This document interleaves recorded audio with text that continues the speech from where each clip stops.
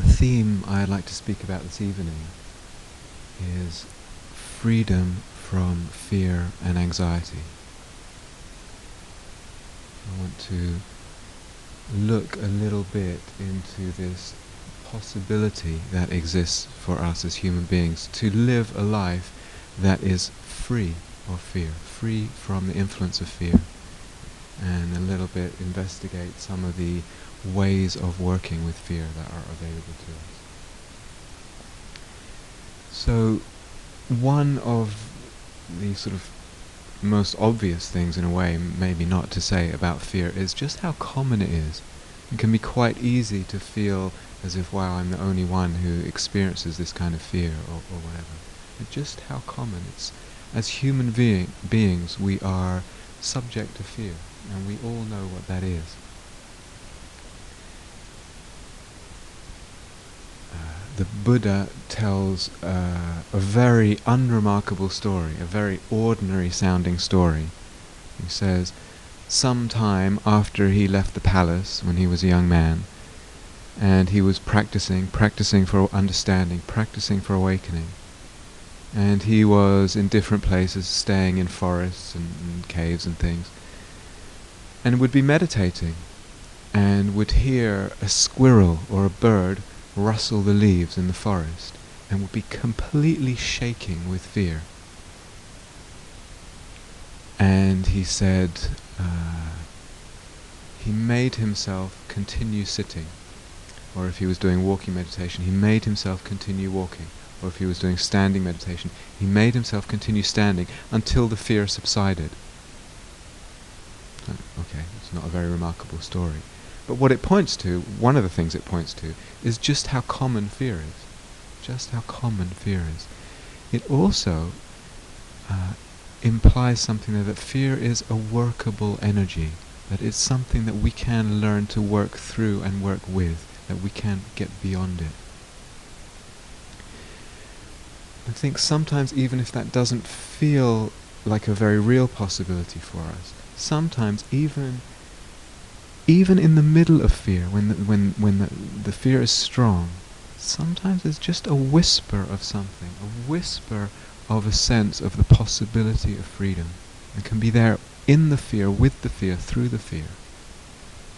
Or a whisper of the sense, an intuition, that maybe what fear is telling me is not the whole truth, is not the truth. Just a sense that maybe the things aren't just how they seem to be.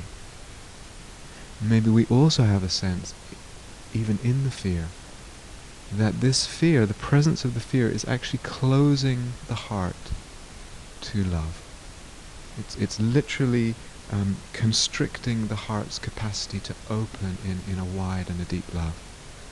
And so it's actually quite a popular thing now, and many of you will have heard it, the saying, it's either fear or love. At one level there's some truth to that. A heart full of fear it's very hard for it to open in love.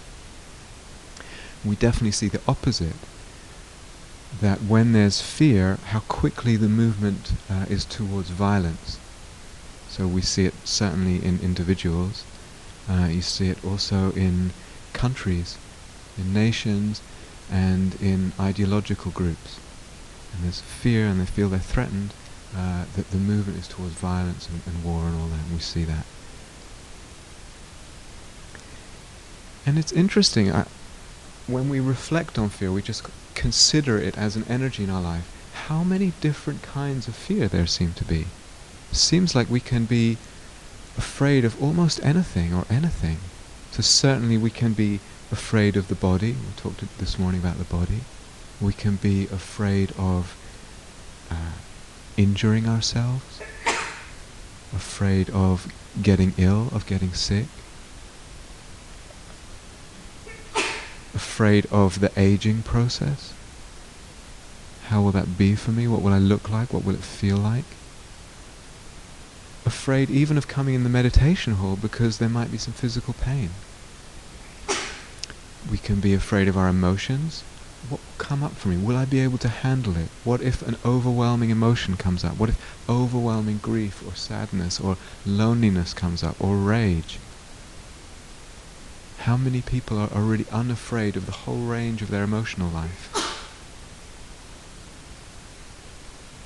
We don't say bless you to Kobe because she's been sneezing a lot and she's used to it and she doesn't need it, she says. So but we bless her anyway. We can be afraid of what other people think of us. How common is that? The view of others. What will they think of me?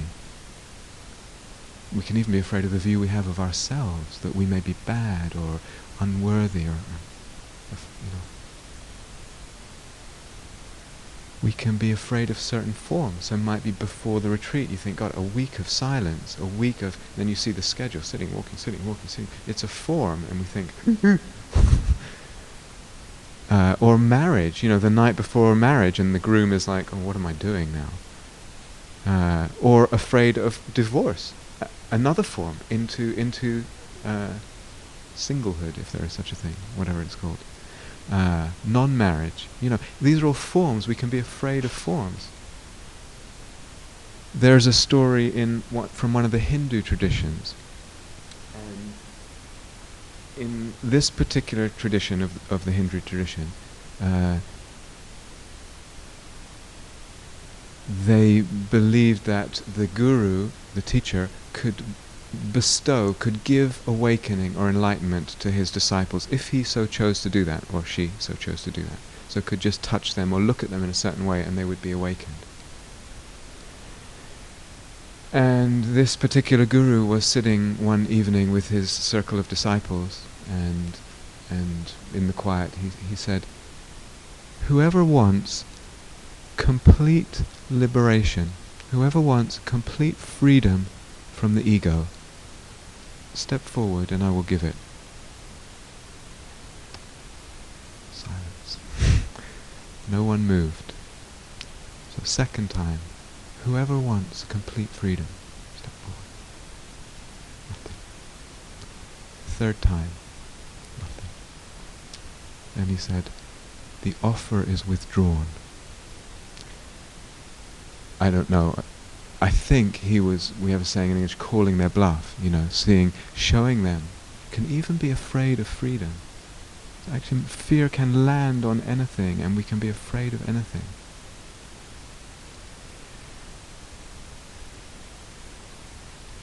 So I think all of us, absolutely all of us, need to ask a question of ourselves. Am I challenging fear enough? Am I challenging it deeply enough in my life? Now, that question is not about should and you should this and it's not about that. It's actually just a very real a question coming out of kindness. Am I challenging fear deeply enough in my life? Am I too tolerant of fear? So yes, I need to accept the fact that fear exists, that there is fear present. I get, fear comes and goes, whatever. But accepting it doesn't mean leaving it unchallenged. What is the real kindness there?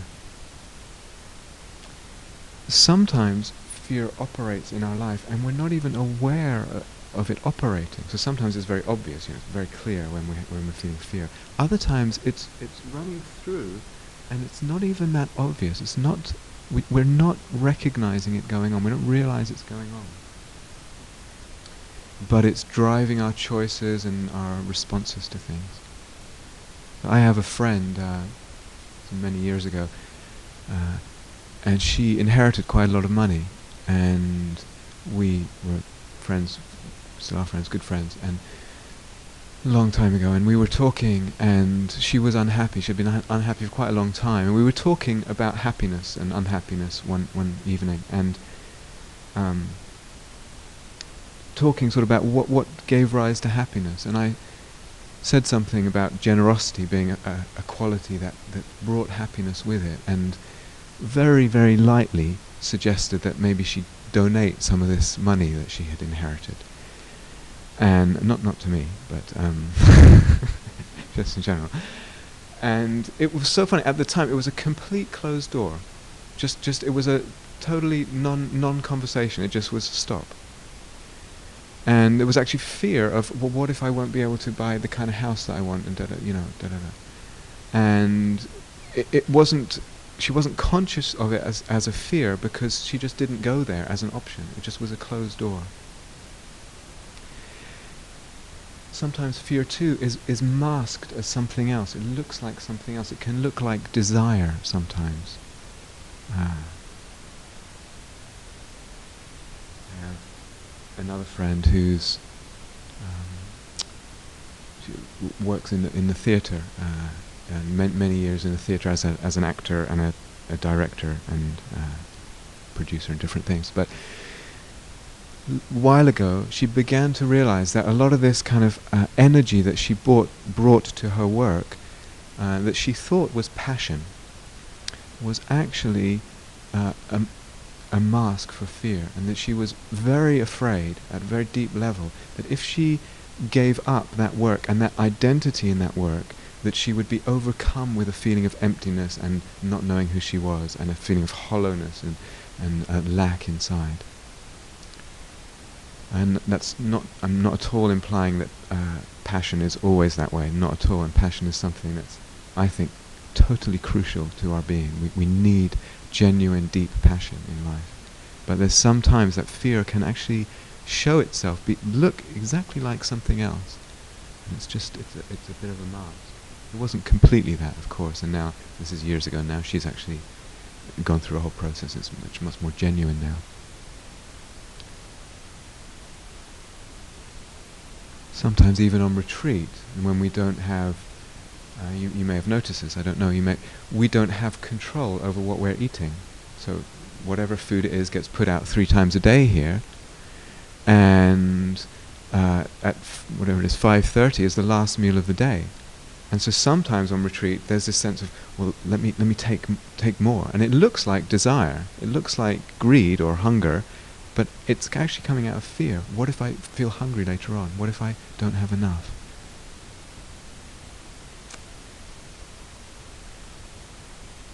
So when, as meditators, when we come to approach fear, how can we work with it? So there are a number of approaches, and I want to go into them a little bit tonight. They're not separate, they're complementary. So one is, and I'll go into them in more detail, one is just mindfulness. Mindfulness of how the fear feels like, mindfulness of the sensations of the fear, without kind of asking, why am I afraid, and exactly what is this about, and just mindfulness of the sensations. The second one is looking into our relationship with fear itself, our relationship with the feeling of fear, our reaction to fear. And the third one is using more direct ways to actually challenge fear and what holds the fear together. Because, again, to reiterate something I said the other night, I think, we can't expect mindfulness to do everything. It can't do everything for us, no way.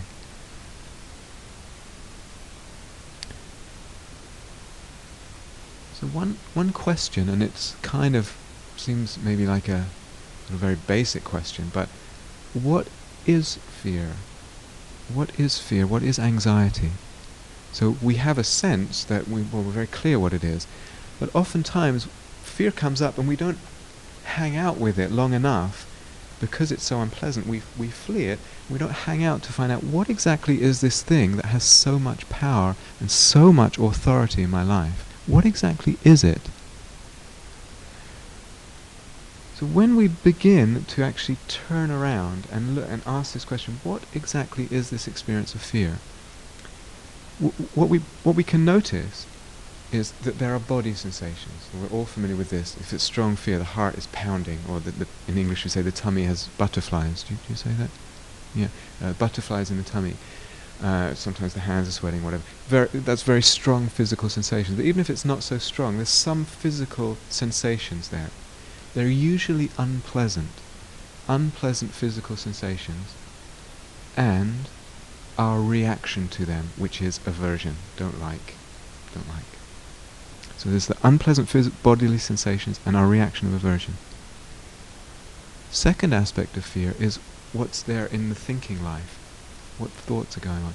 So not always, but often with fear, there's a thinking component, the thoughts are there, And they're often about the future. Have you noticed this? Fear is often about the future. There's often a whole bag of assumptions in with all those thoughts, things that we're just assuming to be true, and we're not maybe even conscious of assuming them. And again, there's the reaction to those thoughts. Usually they're unpleasant. The bodily sensations, unpleasant bodily sensations and reaction, the thoughts and the reaction. The third component of fear is, it's a little harder to describe, but it's this sort of mental space, the feeling of the mind itself seems to shrink. You ever experience this when you may be on stage or having to do something in front of people, and it feels like your brain has shrunk to the size of a lentil or something? There doesn't seem much space inside the consciousness. That also, mostly human beings enjoy a kind of spacious consciousness, and so that again is unpleasant, and there's a reaction to it. There's the bodily sensations, unpleasant in the reaction, the thoughts, unpleasant in the reaction, and the sort of mental space constricting, getting small, a reaction. Now, I'm not saying all that to be like overly anal and precise, and it's actually because each of these provides a way in to how we can work with fear. So it's not to make things complicated, it's actually to make things simpler. Actually, before we even get to that, when there's fear around, it can be really, really skillful. Fear is around and we may feel the sensations in the body. To find a place in the body where we don't feel fear. So, okay, fear's around, feeling it here, and it's unpleasant. Are my toes afraid? Are my earlobes afraid? Is my tip of my nose afraid? Generally, these areas we don't feel too much fear in them. It's helpful to realize that, because one of the things that happens with fear is that it seems to take up everything. It seems to take up all the space, as if everything has become fear. And so to put the awareness somewhere where there isn't fear can be really, really helpful. But much of the work with fear is this mindfulness of the sensations of fear. So what does it actually feel like? Can we really be intimate and open with those sensations, unpleasant sensations of fear?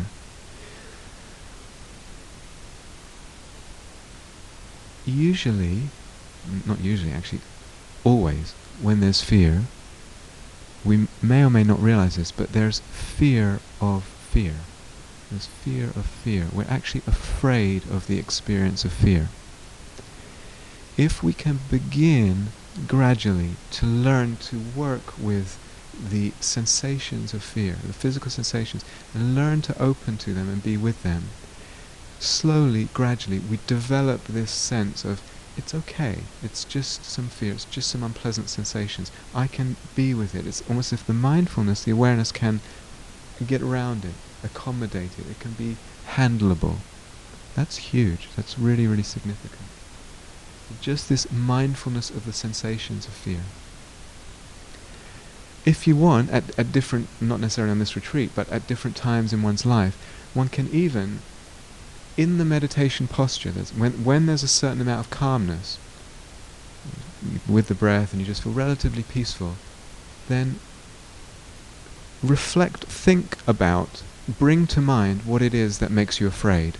And so you're just literally dropping a little bit of fear into this pool of calmness, deliberately, so that you can kind of see it ricochet and have its effect in the body. One of the advantages of that is in the sitting posture or walking, whatever, you don't have to do anything. So maybe you have something, performance to do, or a speech to give, or whatever, something coming up that there's fear. In the sitting posture, when there's calm, drop in the thought of that. Why? So that we can practice being with the sensations of fear and developing this confidence with the sensations of fear. Developing a sense gradually that, hey, I can be with these sensations. They're unpleasant, sure, but I can actually, mindfulness can be with them. Confidence with fear is one thing that's almost always lacking. We don't, when fear comes up, it has so much power, it's like, whoa, and we just do whatever it says. We don't have a sense of confidence with it. Don't have a sense that we can handle it. But the meditation period or posture is a safe time. We don't have to look great, we don't have to say anything, we don't have to do anything, we don't have to be intelligent, we just have to sit there and pay attention. It's totally safe space.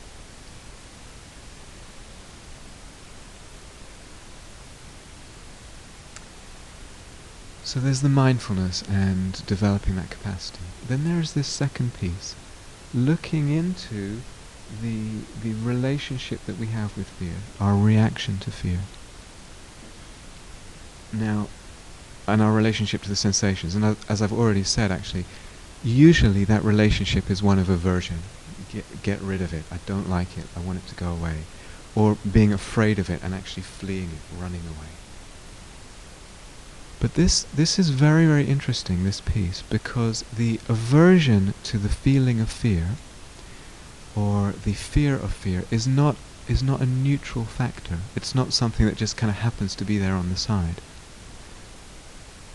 When we are aversive to the fear, when we run away, it actually makes the experience of fear, it makes it grow, and it also makes it feel more difficult. It's the aversion, the reaction to it, is actually part of the fear itself. It's part of the fear itself.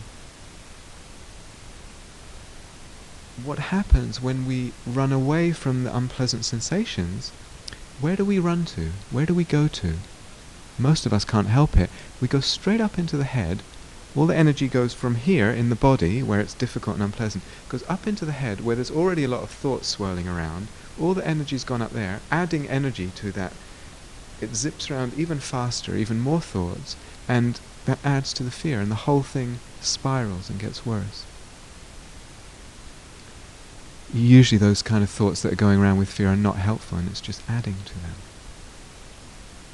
So this reaction that we have is part of the anxiety. It's not something separate. They're not like the fear is one thing and my reaction to the fear is a separate thing. Does it make sense? No. Yes, no. Yes, no. No. Okay. Please say if something doesn't make sense. So we have an experience of fear. And then we have the reaction to that experience. And usually our reaction to fear is that we don't like it, we want to get rid of it, we want to push it away. We are even afraid of the feeling of fear. But that reaction is part of the whole pattern of fear, and is actually something that keeps it going. It keeps it going.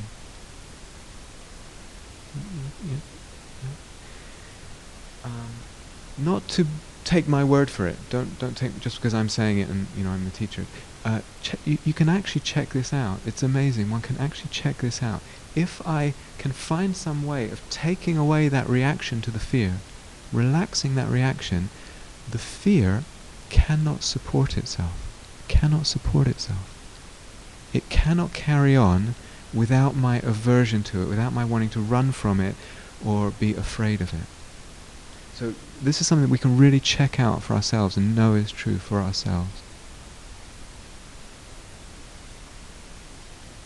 So we have this fear and aversion. We might also be, in our relationship to fear, putting a pressure on for it to be different. It shouldn't be here. It shouldn't be here. I shouldn't have fear. Or judging ourselves that because there's fear around, we think, I'm hopeless. I'm such a scaredy cat, we say in English. I'm just full of fear. And we judge ourselves. These, again, they're not neutral. They're like putting pressure on or judging is like putting the whole fear in a pressure cooker. It's adding to it. It's building the whole thing. It's adding to the fear. If fear is around, what do we assume it means? Just because fear is around, that it means, oh, how many years I've been, therapy and meditation and, saunas and bubble baths and whatever it is, and I still have fear. What do we assume it means about ourselves or about our practice? And that's the other thing about that story about the Buddha. Seems very unremarkable, but then you reflect a little bit. This guy it doesn't say exactly when it happened, but he left his palace, and 6 years later, he was completely, totally liberated. Complete unexcelled liberation. So somewhere between, a little while and 6 years, he had that level of fear, but he was that near to liberation. So what does it mean if we have it? Or maybe we're that near.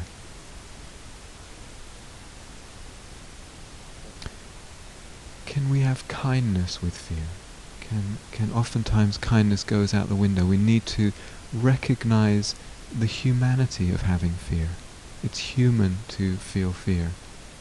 So when we do the metta practice and we do it, we say, may I be safe and protected, may I be happy, may I be peaceful. If there's fear around, that I means me with fear. It means the I with fear. It doesn't mean me when that fear is gone away.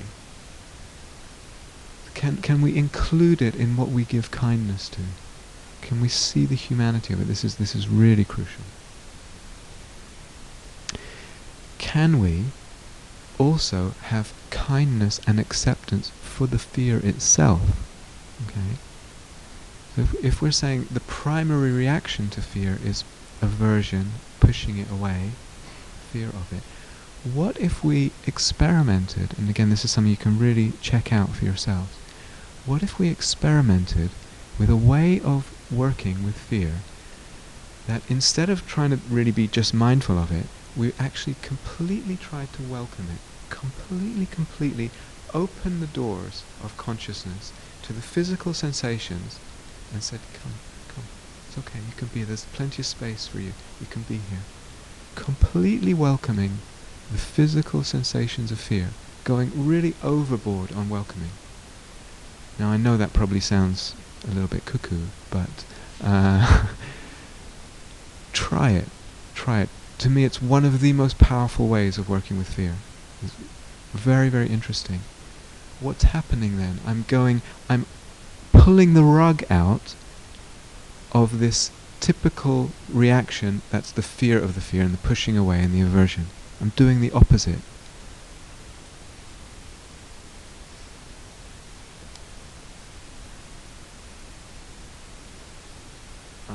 A few years ago, I was doing a personal retreat at Gaia House, a retreat in solitude at Gaia House for a couple of weeks, and I wasn't very well physically. I was quite ill. And at the end of the retreat, I already had tickets to go to India, and a group of friends were going to work at a leprosy community.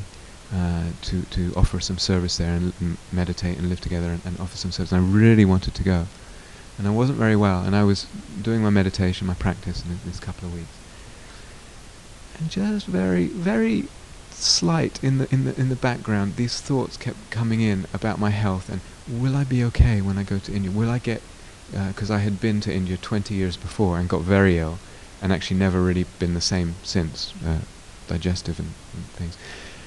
And the little tiny thoughts in the background, nothing really big, but just this apprehension, we have a word in English, sort of very subtle fear, just coming in. And I would meditate and notice this and just try and sort of just let it go and cope with it.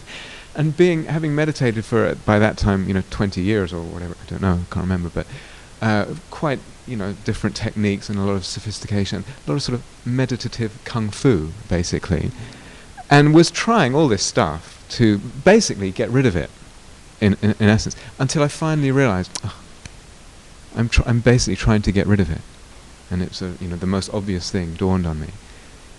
And when I realized that, then I began to completely welcome the fear, completely welcome it, and how quickly it changed.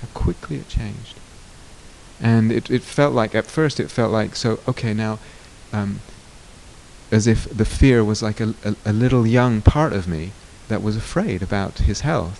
And it felt like, okay, now me and this very young part are going to go to India together. And we would be together through India, kind of checking out India. And then what happened all the excitement could come up. I hadn't been to India for 20 years. Oh, the culture again, and I'll see this and I'll see that, and it actually allowed the heart to open, that the excitement could flow again. And a little while later, it actually just the whole thing faded, and was really not an issue. I mean, it was all tied up in that resisting the fear, trying to get rid of it.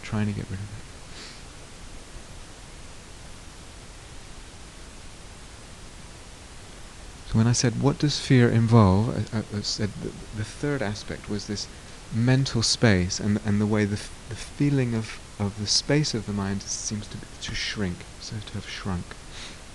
There's something quite interesting about that. I think there's something quite interesting about that aspect of the fear. I've noticed, both for myself in the past, years ago, and in different people I work with, that there can be periods of one's life when anxiety can become kind of a habit, and we find ourselves just, it's almost like we keep falling into anxiety, almost as a default. The mind just keeps going, the system keeps finding itself in an anxious state. And sometimes we say, oh, I'm anxious about this or this, and sometimes we don't even know what it is. I just feel anxious. Now, not all the time, absolutely not all the time, it's quite complicated, but I have noticed that oftentimes when anxiety, or those periods of time in some people's lives when it becomes a habit, and the system finds its way into anxiety, it can be that it becomes a habit in a climate, that there's already a climate of a lack of self-love. There's a climate of a lot of inner harshness and criticism, and that climate is kind of perfect soil for anxiety to take root in and become a habit. I think there's something really, really interesting here. Just to explore it a little bit. The quality of loving kindness, when we talk about the quality of metta, of love, of friendliness, as it deepens, it's actually felt to be quite calm and spacious, lovely quality. So it's, in a way, it's the opposite of the feeling of anxiety, which is not at all spacious. It's this mental constriction, right? It's not at all calm. If I have a lack of self-love, if I have a lot of self-judgment and those kind of thoughts, they are also felt in the mind to be very cramping. They're very oppressive. They feel like a weight, and the mind kind of cowers underneath them. They squeeze the mind. That squeezing coming out of the self-criticism is an element of anxiety, that it shares with anxiety. So it's just a small jump, because they share that constriction. It's just a small jump from the self-criticism to the anxiety.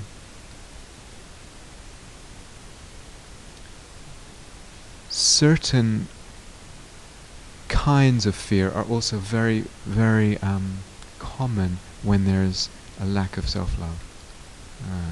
And again, knowing this in the past with myself, and knowing this with a lot of people I work with. When there's lack of self-love, or that's not really consistent enough or strong enough, there's tremendous fear of failure. Often fear of what other people will think of us.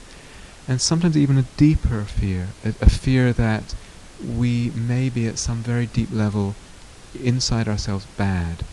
The core of us is bad. And this is actually, it might sound odd to some people here, how could someone think that, but it's actually quite common for a person to actually fear that the truth about themselves is that they're bad, they're even evil in some way. That kind of thought and the fear, and it's a really, really painful fear for a human being to have, to walk around with, to live with. But that kind of fear is often around most when there's this lack of of love, when there's a lot of self-judgment and criticism and harshness. So all that, part of what it points to is the absolute necessity when we're working with fear, and especially if fear is kind of a common thread in our life, and it is for many, the absolute necessity of working with love, of bringing kindness in. Absolutely crucial. There's another piece about this constriction of space. So I said, one part of fear is the mind feeling like it's shrunk.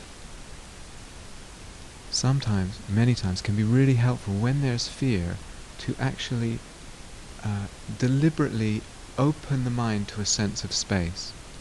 So take in a big room, take in the physical space, the sense of physical space in a room. Be outside, take in the sense of space outdoors. What that does is it opens up the mind and the sense of the space of consciousness, and within that the fear is just one thing, and it's just one thing in consciousness and doesn't feel like it's overwhelming. So really, really skillful to work with a sense of space, in many ways in practice, and that's one of them.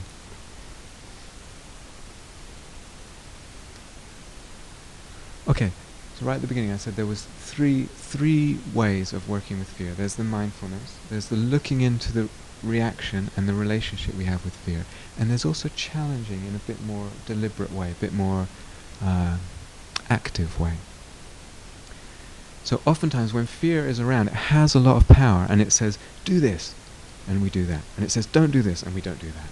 And whatever it says, do or don't do, we that's what we do. It has this authority in our lives.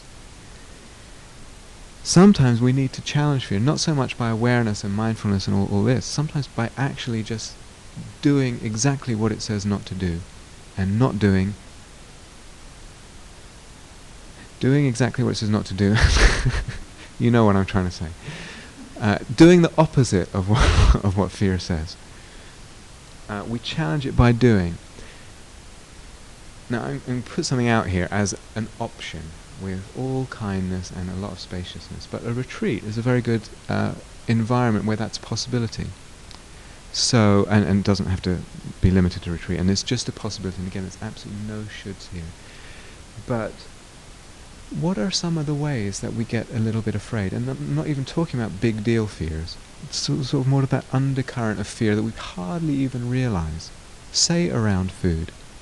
What would it be to decide one day, I'm going to skip a couple of meals, I'm going to skip one meal, or I'll fast one day, or whatever. Challenging our fear around food, which is actually quite a primal thing, just challenging it. Or around sleep, and we can get quite tight around how much, I need X hours of sleep. What if I said, okay, I think I need X, let me take X minus 2. Let me take 2 hours less sleep just for the hell of it. Just to see. Just to turn around and stand up to fear and question its authority. So no shoulds in here at all. It's not about pressure or should or anything like that. It's certainly not about being macho. So we're not giving any medals for meditation machismo or anything like that. It's not about, it's coming out of kindness and a willingness to explore and kind of expand our boundaries. So we have I mentioned generosity before, and my friends kind of fear to go there, and we have this tradition of generosity, and this generosity is something that opens the heart. How often do we really test that out? Does generosity really open my heart and give enough to find out? I'm not just talking about money, I'm talking about all kinds of things. Do we really stretch ourselves in giving, or is there fear about giving? So most of us, the fear is, I don't want to give too much because then I won't have enough, or then I'll be, what if something happens and I need da-da-da. Actually, I was working with a retreatant on and off for quite a while, a few years ago, and she used to give, the particular form of dana to the teacher. She used to give what I felt like was really a lot, and wow, which very nice, but at some point I sensed there was something a little bit, I don't know, something about it. So we talked about it, and it turned out that she was actually giving out of a compulsion to give, out of fear, and she had a pattern of doing this, out of fear of what people would think if she didn't give a lot. Fear of being perceived as stingy or ungenerous. So it could work the other way. Or we may have with the sitting, we have these 45-minute or half an hour sittings, and we might be like, I couldn't possibly sit more than that. And maybe there's fear. Well, what would it be, just to sit an hour one day, or sit an hour and 15 minutes? Or whatever. And again, sometimes the pattern is the opposite. So some years ago, was sitting around with a group of friends, and somehow the subject came up about whether we meditate every day at home and that kind of thing.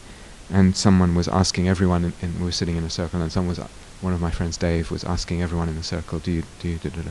And he got around to me and he said, do you practice every day, Rob? And I said, yeah, I practice every day. And then he said, when was the last day you didn't meditate? I thought, and then I realized, it was when I was under general anesthetic. You know, when you get inject in the hospital, when you're totally totally unconscious because they're operating on you.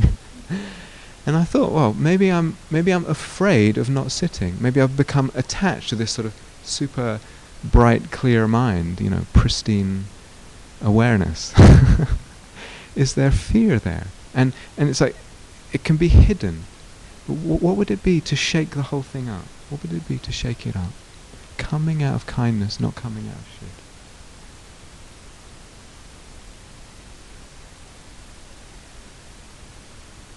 Sometimes we need to challenge it by the way of thinking, by the way we think about fear.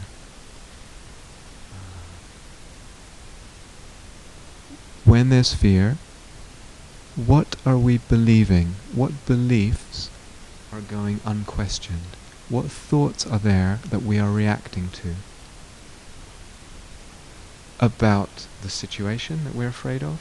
About oneself, about another? What's there in terms of the thought life that we're believing, completely believing and reacting to? If we believe every thought that goes through our head, I mean, forget about it. It's really, really going to be a problem. But can we question some of the assumptions that are sort of underneath the fear and supporting it? So, for example, one of the things that I am challenged by is I have Crohn's disease. So some of you may have heard of that, and some others not. It's not a very nice disease at all, but they don't have a cure for it yet. They don't have a cure, and they don't really understand how it comes to be. So, in my particular case, I have periods when I'm healthy, and then periods when I'm ill, and periods when I'm really fine, and then ill again. And when I get ill, it lasts really quite a long time. So, when I was describing that story about meditating before I went to India, the fear that was coming up was, if I get ill, I'll be ill for years again, and da-da-da. But I noticed one time, so sometimes I get these sort of in-between symptoms. It's sort of, I've been well, and then it begins to feel a little, and it's sort of like it's on the edge, and it could go one way and it could go the other. And that's a very interesting time to notice fear. For me to notice fear. And I began, some years ago, to look at what happens at that point. And I realized there's actually quite a lot of assumptions involved. There's quite a lot of assumptions that I had. I was assuming that if I got ill, I wouldn't be able to work. I assumed that if I got ill, I wouldn't be able to socialize and have social in the same way. I wouldn't be able to travel.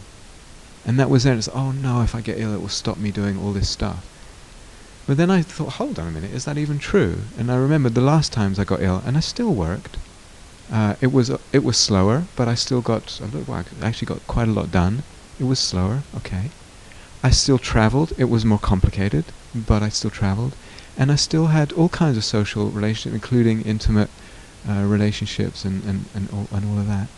This is still, but the assumption somehow kicked in immediately that it would stop me doing this stuff, and it wasn't even true until I actually said, hold on a minute, is that true? So to question these assumptions, this is really a huge piece of the Dharma, questioning our assumptions. Can we go to the end of a thought chain? Because the fear says, what if, da-da-da-da-da, what if, And then what's it actually saying? Can we finish the thought and see it? See, what does it say? And sometimes it's, what if they think I'm stupid? I have to do this thing. Maybe they'll all think I'm really stupid. Well, what if they think I'm stupid? It's okay. It's okay. So you think I'm stupid? It's really okay. So what if you think I'm stupid? So what if I fail? So what if I fail? So what if I'm tired, if I don't get enough sleep, something very minor? So what if I'm tired? So what if I get ill and lose some weight? So what? We can really go to the end of the thought chain and keep questioning. And for some people, it's even, so what if I die? So what if I die? I'd rather not live with fear. For 15 years, I lived in Boston, Massachusetts, in America. And I lived there when the September 11th terrorist attacks happened. And I remember very clearly, I don't know how it was over here, but it was huge there. It was so major. And the 2 or 3 days after the attacks, when the World Trade, what are they called? The World Trade Center towers? Yeah. When they collapsed and all that. The 2 or 3 days after that, especially in towns like New York and Boston, which were, some of the terrorists many of the terrorists had flown out of Boston. Massive madness, panic in the society. It was absolutely insane. The level of fear that had just sort of taken hold of everybody, and no one knew what was going on, and all the Army and Navy surplus stores sold out of their gas masks in about 24 hours. People were just imagining the worst, and just everything they could buy, cans of food. It was a complete madness of fear. And myself and a group that was the Buddhist Peace Fellowship decided to have a peace vigil. I think it was the second day after the attacks. And you probably didn't have this here, but in America after the attacks, and they still have them, the government, the federal government, would issue terrorist warning levels. So sort of yellow level is, well, maybe we think something might happen. Orange level, and red level means, whoa, you really better be careful because something's really going to happen. And that day, for Boston, they had issued a red level terrorist alert. And we wanted to have our peace vigil. And we just thought, to hell with it. And so we went and stood on a patch of grass about twice the size of this room, underneath the 2 tallest buildings in Boston, and we had our peace vigil there. And the 2 tallest buildings, incidentally, are insurance buildings, which just says something about what big business fear is. Anyway, so we stood there and it's like, I'd actually rather have this building fall on me than live in this madness of fear.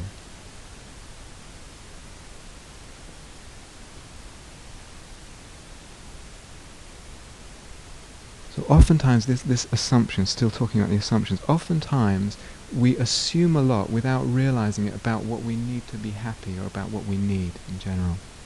A little while ago I was reading this article, I think it was in the New York Times, and it was an article about a certain kind of very academic high school in New York City. I can't remember the name of the school, but they were interviewing the kids in that school who had special exams when they were 13. And there was a lot of pressure to do really well in these exams, and this is something I can relate to, having been sent to those kind of schools. And they interviewed a number of boys. It was a boys' school, and the level of fear and anxiety was unreal for 12, 13-year-olds. And again, I remember it at that age. And one of the boys said, I have to do really well in these exams. I have to do really well. If I don't do well, I won't get into the A stream. Do you have this here? A stream, B stream for the really bright students? No? Okay. So in some schools they put the really academic guys in the A stream, and then they do their thing. And then the sort of middle, and then the not not so bright. And it's a real big deal to try and be in the A stream. And this boy said, 12 years old, if I don't do well, I won't get into the A stream. If I don't get into the A stream, I won't get into Harvard, which is a big, very famous university in America. If I don't get into Harvard, I won't get into Yale Law School, which is a very famous law school. And if I don't get into Yale Law School, I'll be on the street. And he read this, and he just went from like A, B, C, D, E, and for him it was totally made sense. It was crystal clear logic. And you can answer where he got that from, the school and his family, and who knows. And I understand it, because I it's also a little bit my background. But for him that made sense, and we laugh, but we have our own similar ones. We have our own little steps of thought process that we don't question. Does this link really go to this link? And this is what I'm saying. What if this happens? Will it really be the worst? What if? And so to unpack the thinking process and really question it, really turn around, stand up to fear. Do you know what cojones means? You've got to have a little you've got to have a little oomph sometimes in practice. So there's a side of practice that's very much about being soft and receptive, and there's a side about being, I'm not going to take any more of this now.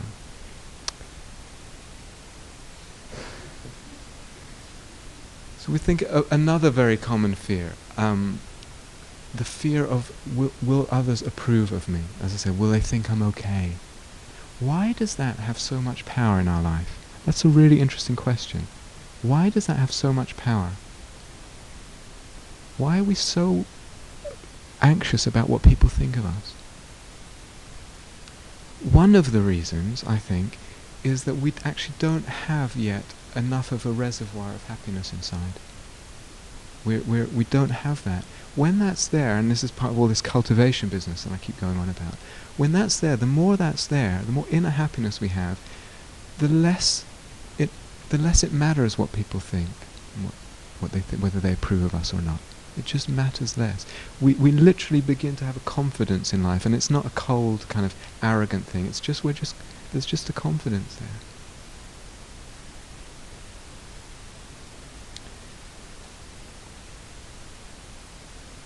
Earlier I said that fear often has a thinking component, and oftentimes the thinking is about the future, either 1 second or minute into the future or far into the future. This is important. Do we really know how to take care of the future? Do we really, really know how to really take care of the future for ourselves? What is it that leads to happiness? This is what we want in the future. We're afraid that we won't be okay, that we won't be happy in the future, that we won't know peace. What is it that really leads to happiness? Do we really know that and understand that? Are we doing that? So again, this is why this cultivation business is so important, because those qualities, the loving kindness, the generosity, the equanimity, the mindfulness, the calmness, the concentration, this is what leads to happiness. Cultivation is how we take care of the future. It's our investment portfolio. Can you translate that into Finnish, Sampo? Juha? Do you know what that means? Do you know what I'm talking about? It's a word from finance, from the way people invest money. I went to my bank and they're always calling me, oh, you need to invest in da-da-da-da-da. I should tell, whatever. I think it takes a really mature practice to really know, really clear in the heart, what it's worth investing in. And I'm not saying there isn't a place for, of course, investing and having, putting the money in a safe place and all that. I'm not saying that. But what's really, really, really the best investment? Are we really clear about that? I think to be really clear about it and to live from that clarity, that's a very, very mature practice. And it's actually very rare. It's very rare. Most will go to what seems like it takes care of the future. But do we really, really, really know how to take care of the future? Cultivation. If I cultivate the beautiful qualities of heart, if also I take care of my relationship to the present, if I take care of my relationship to the present moment, if that relationship to the present moment is one of openness, of curiosity, of awareness, of brightness, of care, of kindness, if that's the relationship I develop to the present moment, the future takes care of itself, moment by moment. I'm feeding that energy into the future. This cultivation and taking care of the relationship with the present, that's how we take care of the future. And then, as we do that, as we develop in that way, there really is genuinely, and I really do mean this, less and less worry about the future. Less and less worry. Will I have enough? Will I be okay? Will I be secure? Will I have enough money? Will I be alone? All that stuff very human, begins to just be less and less of a worry. Genuinely, because we really know inside we're taking care of the future in the best possible way.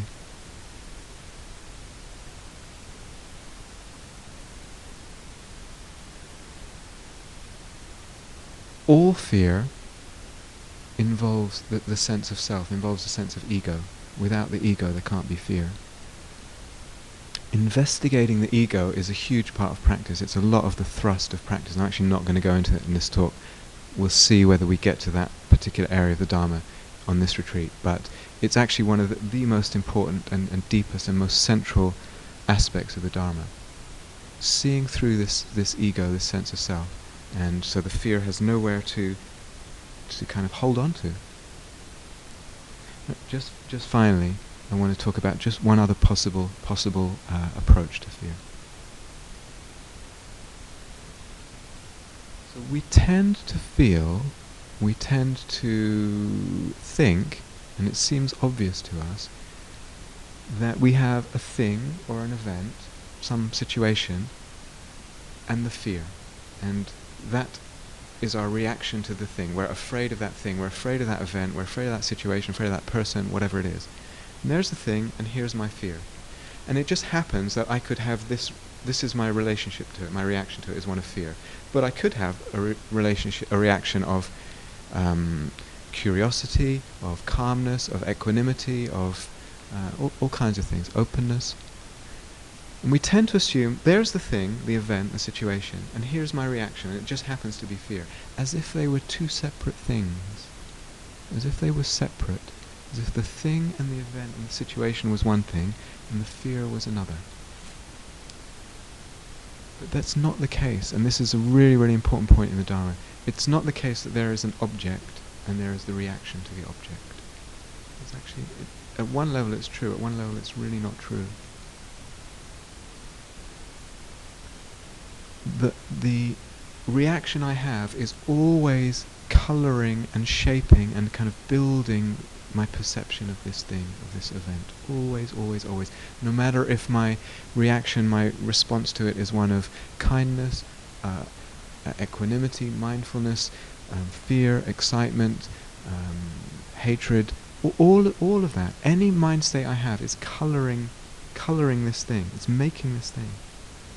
So fear colours our perception and our thoughts of something. Now, at one level that's kind of obvious. We see when we're afraid of something, it seems much worse than it is. It seems, oh, this person is really scary, and we look again, or this situation, or this place, or whatever. The fear is actually colouring how we see it, and how we think about it. So at one level that's obvious, but we can go a little deeper with this. If I believe that the present moment, the thing in the present moment, is something real, that exists by itself, independent of my mind, if I believe that, which is the common sense that we have of things, that they just exist over there, by themselves. If I believe the present is something real and independent, then fear of the future, if I believe the present is something real, fear of the future will follow that, inevitably. As sure, to borrow the Buddha's analogy, as sure as the wheels of the cart follow the ox that pulls it. It's inevitable to be afraid of the future if I believe in an independent reality of the present.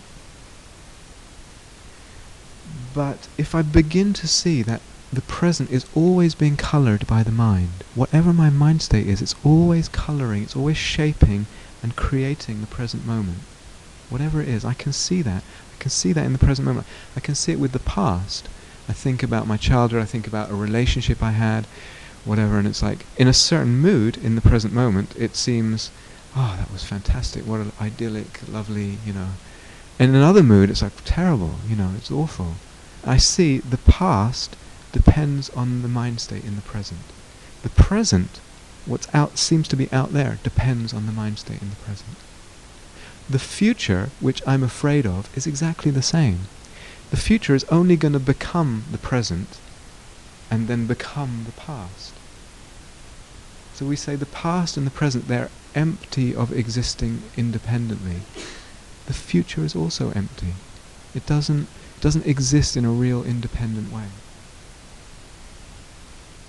The more I can begin to see that, the more we can begin to see that, the more that it's like we can't really take the future seriously. And so we can't really take fear all that seriously either. It's like fear has nothing to stand on, there's nothing to kind of put it together.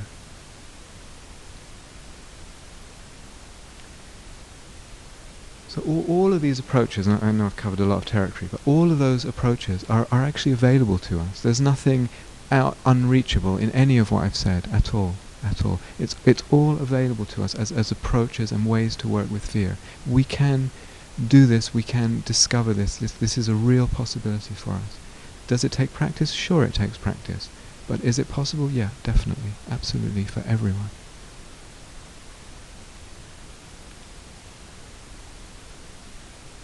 Shall we sit quietly together for a minute or two?